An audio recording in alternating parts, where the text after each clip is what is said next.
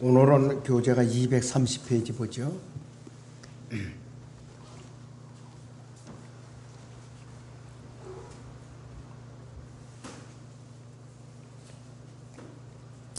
(230페이지) 보시고 우선 성경은 욥기 33장 14절에서 18절을 먼저 보겠습니다. 욥기 33장 14절에서 18절을 먼저 봅니다.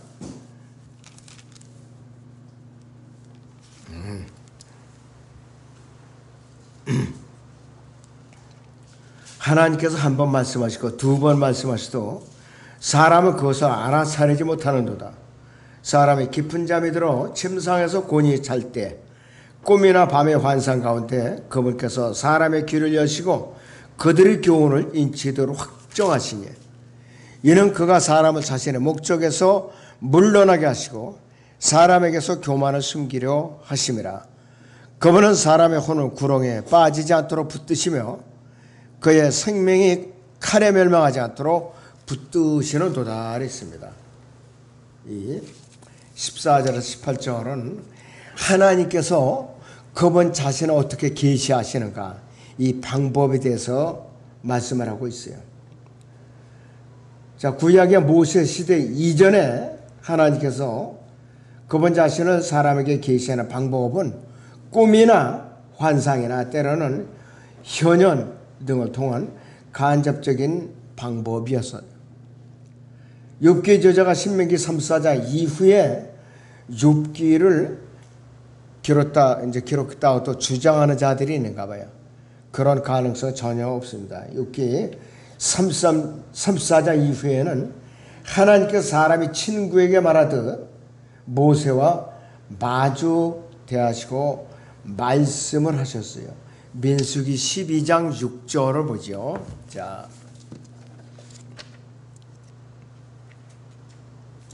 민수기 12장의 6절을 보겠습니다.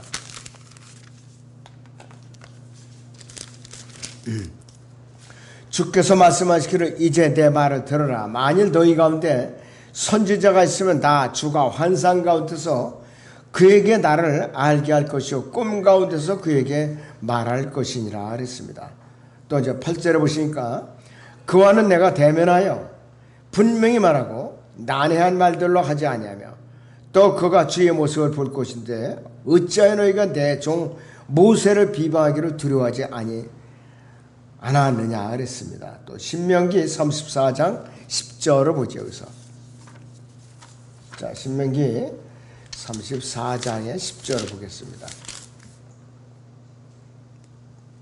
그 후에 이스라엘은 주께서 대면하여 아시던 모세와 같은 선지자가 일어나지 못하였으니 그랬습니다.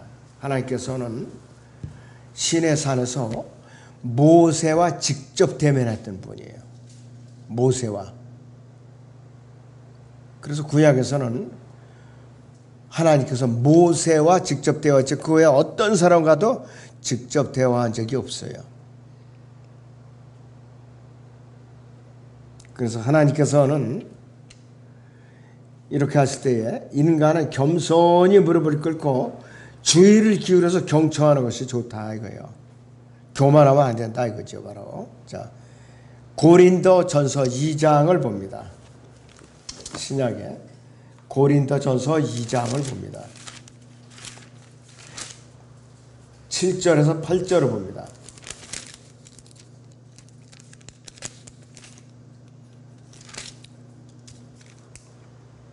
다만 우리가 신비 속에는 하나님의 지혜를 말하노니 이는 하나님께 세상 전에 우리의 영광을 위해 미리 정하신 감추어진 지혜니라.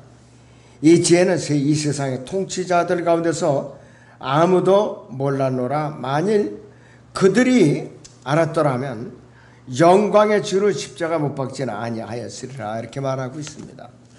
자, 그런데 구약에서는 모세 위에는 어떤 사람에게도 대면해서 말씀하신 적이 없었던 그 주 하나님께서 신약에서는 육신을 입고 이 땅에 예수 그리스도라는 이름으로 오셔서 그 당시에 유대인들에게 대면해서 항상 말씀을 했어요.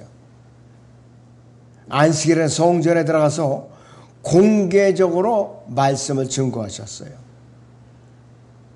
그리고 기적과 표적과 이적을 베푸면서 사람들을 치유하셨죠. 왕의 표적을 이제 드러내 보이신 거예요, 그분께서. 자, 그리고 이 하나님께서는 이 말들을 어디에 기록을 했는가? 히브리서 9장 19절을 봅니다. 히브리서 9장의 19절을 봅니다.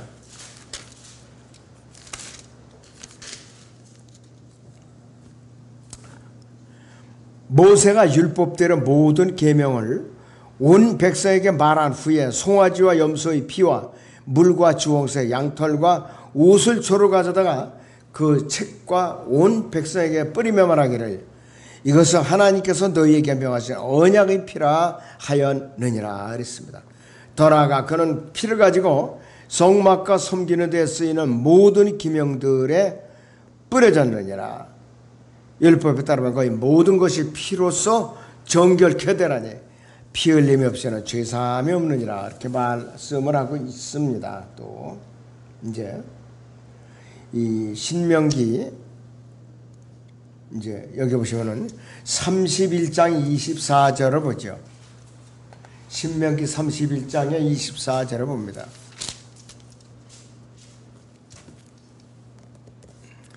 모세가 이 율법의 말씀들을 완성하여 그것들을 한 책에 기록하기로 마쳤을 때 모세가 주의 언약궤를 메는 레위인들에게 명령하여 말하기를 이 율법의 책을 가져다가 주 너희 하나님의 언약궤 옆에 두어 그것으로 너희에 대한 증거로 거기에 있게 하라 그랬습니다. 언약궤 안에는 두 가지 물건이 있었죠. 모세의 율법과 그 책과 그 다음에 또 아론의 쌍난 지팡이 이것이 있었어요. 자, 그런데 이 언약궤가 지금 그 모슬렘 사원 지하에 있다 어쩌다 사람들이 논쟁이 많거든요. 근데 락칸 목사님 그 강해를 보니까 언약궤는 여전히 셋째 하늘에 보관돼 있다 이렇게 말하고 있더라고요. 셋째 하늘에. 근데 그게 맞는 것 같아요. 여튼 이제 주님 앞에 우리가 가면은 대면해 보면 다 의문이 풀리겠죠 이제.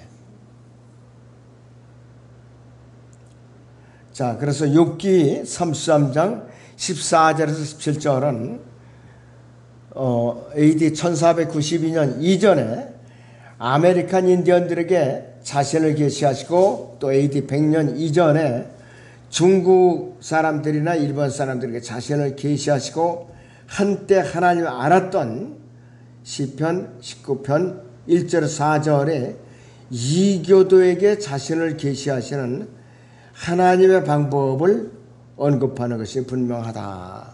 하나님께서는 문자가 없을지라도 성경 기록이 없었을지라도 계시를 하셨다 이게 바로. 하나님께서는 그렇게 하고 싶으실 때는 언제든지 누구에게나 나타나실 수가 또 있는 분이죠.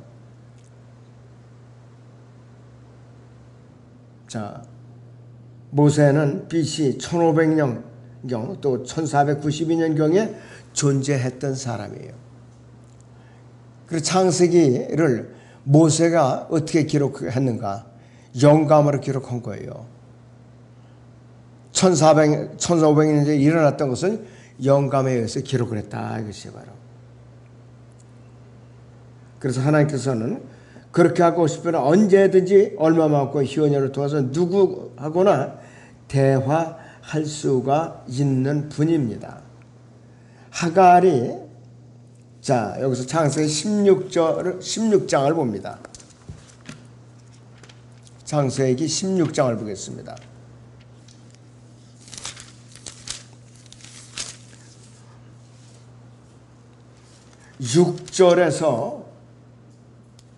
7절에서 10절을 보죠.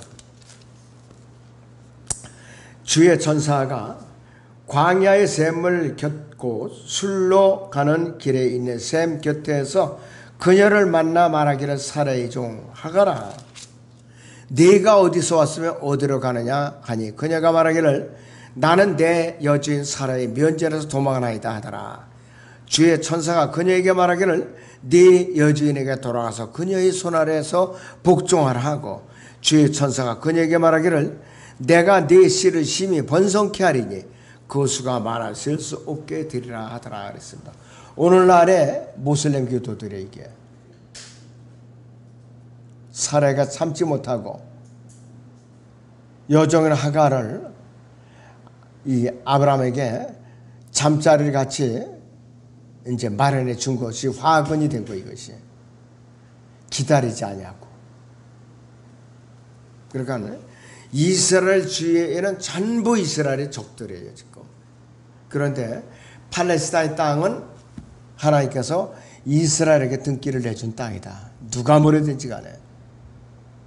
그때는 지금 트럼프가 미국 대통령 트럼프가 친 이스라엘 정책을 쓰면서 아라비아, 사우디아라비아, 그 다음에 카타르, 그 다음에 또 거기 어느 나라가 하나 또 있는데 얼른 생각이 안 나네. 아랍에미리트. 여기를 이스라엘과 좋은 관계를 맺도록 정책을 쓰고 있거든요. 이건 잘하는 거예요. 굉장히 잘하는 거예요. 그래서 우리나라는 지금 관세 협상을 우리나라가 잘못 맺어갖고 국고가 딱 털렸죠. 완전 외환국가 다 털린 거예요. 그랬을지라도 트럼프는 굉장히 친이스라엘 정책을 쓰기 때문에 하나님께서 보호해 주시는 거예요. 하나님께서. 자, 그래서 이스라엘을 대적하는 국가는 어느 국가도 복을 받을 수가 없어요. 어느 국가도. 영국도 처음에 조약을 맺을 때에 이스라엘이 돌아와가지고서 이스라엘 땅을 제대로 좀 찾아줬으면 복을 받았을 텐데 어정쩡하게 이렇게 그냥 세워놓은 거예요. 영토를. 그래갖고 지금까지 계속 이렇게 분쟁이 일어나고 있는 거예요.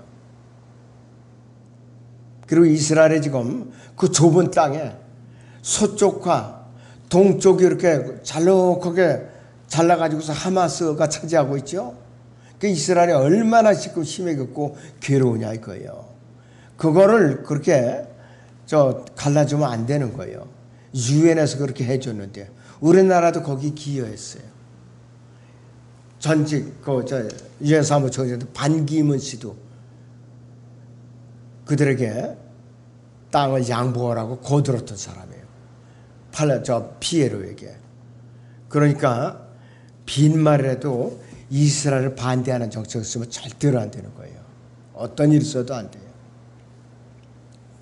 자, 계속 보시면은 이 하나님께서는요 밤에 사람의 귀를 여신다 그랬어요. 욥기 33장 16절을 보죠. 욥기 33장 16절. 그분께서 사람의 귀를 여시고 그들의 교훈을 인치듯 확정하시니 그랬습니다. 사람의 귀를 여시다.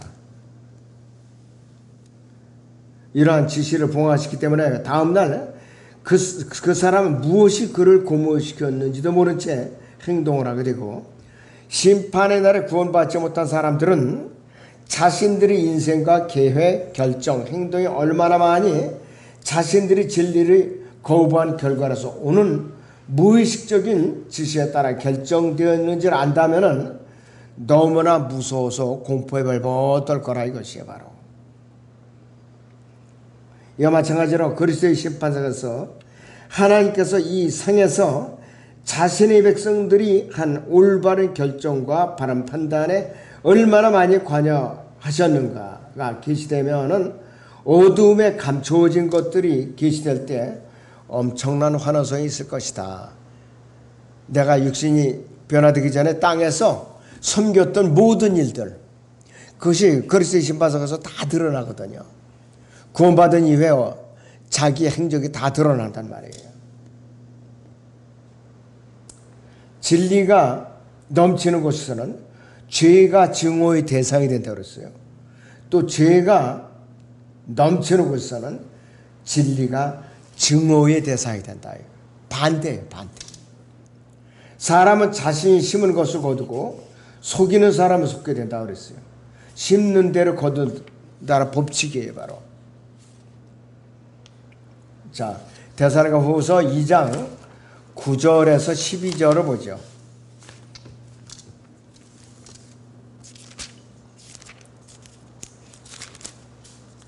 데살로니가후서 2장 9절에서 12절을 봅니다. 그 악한 자가 오는 것은 사탄의 역사에 따라 모든 능력과 표적들과 거짓 이적들과 멸망하는 자들 안에 있는 모든 불의에 속임스러운 것이니 이는 그들이 진리의 사랑을 받아들이지 아니하여 구원을 받지 못하였기 때문이라. 이로 인하여 하나님께서 그들에게 강력한 미혹을 보내시어 거짓말을 믿게 하심은 진리를 믿지 않고 불의를 좋아하는 모든 자로 심판을 받게 하려 하심이라 했습니다. 이들은 앞으로 대학을 나눠서 적그리스도의 메시지를 들어야 돼요. 짐승의 표를 받고 그렇다 이제 지옥으로 가는 것이에요.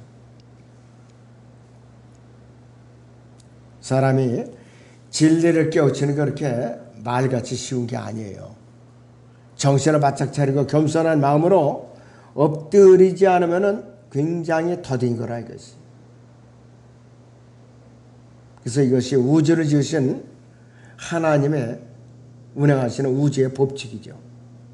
자, 주 예수 그리스도께서 거부되고 성경이 왜곡되는 것은 지상에 있는 어떤 사람도 24시간 안에 단 하나의 바른 결정도 확신할 만한 방법을 얻지를 못해요. 혼돈만 겪는다 이것이에요. 하나님께 성도들을 위해 나쁜 것들을 좋은 것으로 바꾸실 수 있다면 그분은 또한 진리를 거부하는 죄인들을 위해서 좋은 것들을 나쁜 것으로 바꾸실 수 있는 분이에요. 그래서 하나님께 밤에 다윗을 찾아갔을 때 허물들과 죄에 기록된 흔적을 주께서 들춰내지 않으시라는 결정이 내려졌죠. 자, 하나님께서 성경을 보니까 밤에 다윗을 찾아갔다고 표현하고 있어요. 시편 17편 4절을 보죠. 시편 17편의 4절을 보겠습니다.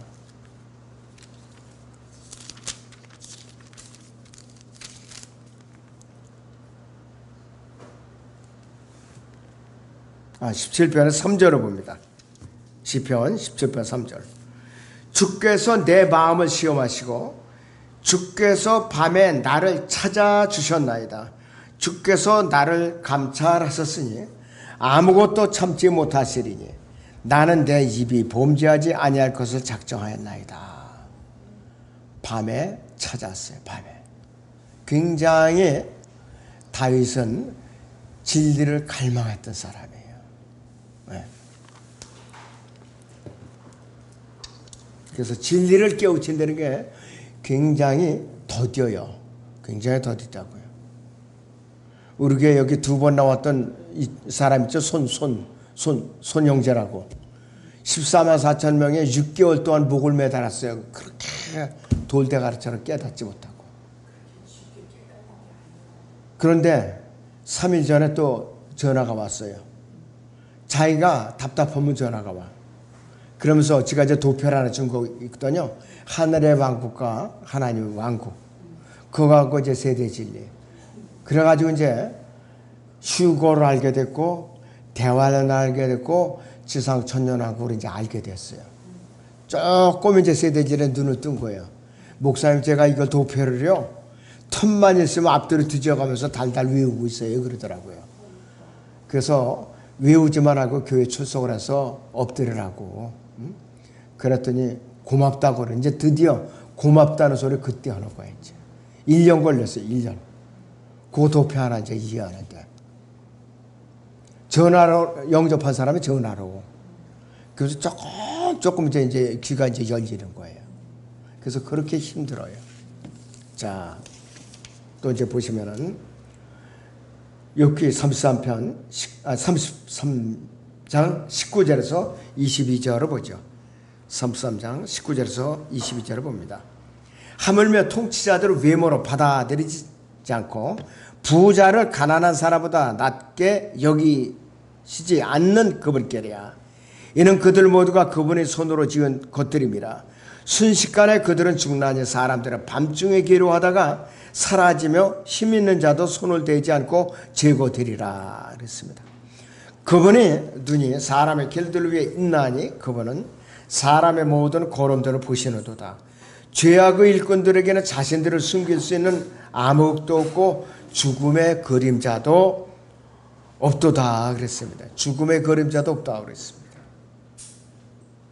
정말로 여기에 아주 무서운 말씀들이 숨어 있어요. 굉장히 무서운 말씀들이 숨어 있어요. 여기에. 자, 231페이지입니다. 그래서 뒤에서 엘리후는 영적으로 말해서 죄인의 파멸과 구속에 대해서 언급을 하고 있어요. 죄인의 파멸과 구속에 대해서. 하나님께서는 욥기 33장 18절에서는 인간의 파멸에 대해서 언급을 하고 있고 또 19절에서는 죄인을 회개하도록 인도하고 계시는 분이에요. 이러한 묘사에서 욥은 자신의 상황을 거울로 들여다보고 있는 거예요. 그래서 욥기 34장 19절에서 22절에서는 엘리후가 한 말은 모두 실제 그대로 욥이 상황에 적용되고 있는 장면이에요. 이것이 바로 하나님께서는 인간에게 자기 의에 찬 교만이 어떻다는 것을 보여주는 분이에요. 17절 보시죠. 의를 미워하시는 분이 통치하시겠느냐? 당신이 지극히 의로우신 분은 정죄하겠느냐? 욥은 세 친구들하고 엘리후에게 공격을 받은 이유가 자기 의를 끝까지 버리지를 못했던 거예요. 자기 의를. 저나 여러분도 다 자기 의를 가득 차 있어요. 다만 솔직히 말해서 체면 차리느라고 겉으로 터져 나오지 않을 뿐이에요. 언제든지 특권들이면은 자기 의가 왕창 쏟아져 나오게 돼 있어요. 그래서 변화받지 못한 타락한 인간의 속성 중에 하나가 아주 제일 더럽고 질긴 것이 자기 의라 이거예요. 누구든지 다 갖고 있어요. 어느 상황만 조성되면 바로 그냥 튀어나오는 게 자기 의예요, 바로. 자기 의가 점점 이제 높아지면 그 사람은 쓰러지죠. 마귀가 자꾸 길러내요, 자기 의를. 그랬다 어느 날 이제 마귀 아유 좀 쓸만하다. 그때에 이제 막대기로 툭 치는 거예요. 그럼 넘어지는 거라 이거예요. 그러면 하나님 편에서는 한 사람의 일꾼을 마귀에게 이제 뺏기는 거예요. 마귀에게. 그 사람 구원을 받았어도 마귀의 종으로 전락해갖고 하나님을 대적한 편에 쓰는 거예요. 수많은 사람들이 이 성경과 세대제를 배웠어요. 분명히. 심지어는 신학원에서 3년간 정식으로 배우고 졸업장을 받고 그랬던 사람들이 자기 의 때문에 엉뚱한 데 가서 지금 앉아 있는 거예요. 엉뚱한 데 가서 말도 안 돼요. 근데 양심의 가책들이 없어요. 그래도 그놈의 양심을 인도로 다 지져댔는지 어쨌는지 왜 그렇게 양심에 거리낌을 없는지 전 그것도 의문이더라고요. 정말로 그것도 의문이에요. 자, 하나님께서 인간에게 자신의 자기 의에 찬 교만을 보여주실 뿐만 아니라 또 하나님께서 인간을 그랬기 때문에 병원이나 진료소나 뼈 제조 공장에 눕혀놓으시고 인간을 하여금 고통을 또 당하게 하시요. 19절 보세요. 여기서 19절에 사람이 자기 침상에서 아픔으로 또 징계를 받으며 강한 통증으로 많은 뼈가 징계를 받음으로 그랬습니다. 뼈꼬리 쑤시다 그랬죠. 그래서 이 관절 환자가 왜 고통스러운가? 쑤셔야 되니까 견디지 못하니까 괴로운 거예요. 밤이면 더 쑤셔야 되죠. 밤이면. 그 척추 수술 환자들이 왜 힘든가? 밤에 쑤셔야 되니까 힘든 거라 이거예요. 그래서 이 자기의는 무서운 거예요. 아주. 자, 주께서는 사람을 붙잡으셔서 평상시에 먹는 빵, 이것이나 온갖 맛있는 음식에 대한 식욕을 잃어버리게 해요. 여러분들 입맛 잃어버려요. 큰일 나는 거예요. 입맛 잃어버리면 큰일 나요. 자, 여기 33장 19절부터 20절을 봅니다. 사람이 자기 침상에서 아픔으로도 징계를 받으며 강한 통증으로도 많은 뼈가 징계를 받으므로 그의 생명에 빵을 싫어하고 그의 혼이 맛 좋은 음식을 싫어하는도다. 이게 죽은 목숨이죠. 그러니까 입맛이 없으니까, 삼키려는 것도 없으니까 코 속에다 호수를 끼워서 강제로 집어넣는 거 아니에요. 그리고 여러분들은 사지가 멀쩡하고 숟가락질 마음대로 쓰는 거 복 중에 복이에요. 예배 시간 끝나고 즐겁게 식사 시간, 내가 불편 없이 밥 먹는 거 복 중에 복이라고, 이것도. 만약에 호수로다가 밥을 넣어봐요. 그거 보통 고통 아니에요. 저는 제가 일하는 그 현장에 두 팔을 자른 사람이 있어요. 전기사고로 감정이 돼가지고. 그렇지 않으면 머리가 식물인간이 되니까 의사가 양자택일을 하라 이거예요. 식물인간이 될 것인지 두 팔을 자르고 그나마도 머리를 제대로 쓸 거지. 그래서 차라리 팔을 자르겠다고. 그래갖고 의지를 해요. 의지를. 그래갖고 먹을 때는 이렇게 고정해갖고 이렇게 먹어요. 이렇게. 젓가락질도 이렇게 갖고 해요. 그래서 그것만 해도 자기랑 감사하대요. 근데 여러분은 얼마나 감사해요? 멀쩡하잖아 이게. 자유롭게 될 수가 있고. 그거 생각하면은 불평할 게 없더라고요. 저 그래서 그 분을 볼 때마다 내가 참 감사하지. 이렇게 멀쩡하게 밥도 먹을 수 있고 일도 할 수 있고. 그래서 불평은 끝이 없다. 불평은 끝이 없다 이것이. 자, 수척해진 병자는 너무 말라서 그 뼈가 살을 뚫고 빠져나오기 시작한다고 그랬어요. 21절에 보면은 그의 살은 쇠잔에서 보이지 않고 보이지 않던 뼈들이 튀어나온도다. 사실에 튀어나와요. 실제로. 그의 혼은 그의 생명이 장의사와 무덤 파는 사람, 장례를 집행하는 연사, 멸망자들이죠. 멸망자들에게 다가감에 따라서 무덤으로 더 가까이 가게 된다. 우리도 무덤으로 가는 연습을 하고 있잖아 지금. 주님이 늦게 오시면은. 근데 기왕이면 무덤으로 가는 준비를 잘해야지. 책망받을 것만 잔뜩 짊어진 채 어느 날 갑자기 죽으니까 무덤에 묻혔다. 그러면 그리스도의 심판자가 섰을 때에 엄청난 창피를 당하는 거예요. 부끄러움을 당하는 것이고.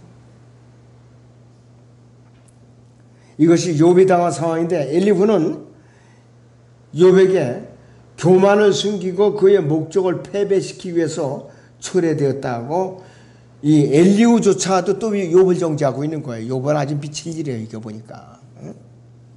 그리고 지금까지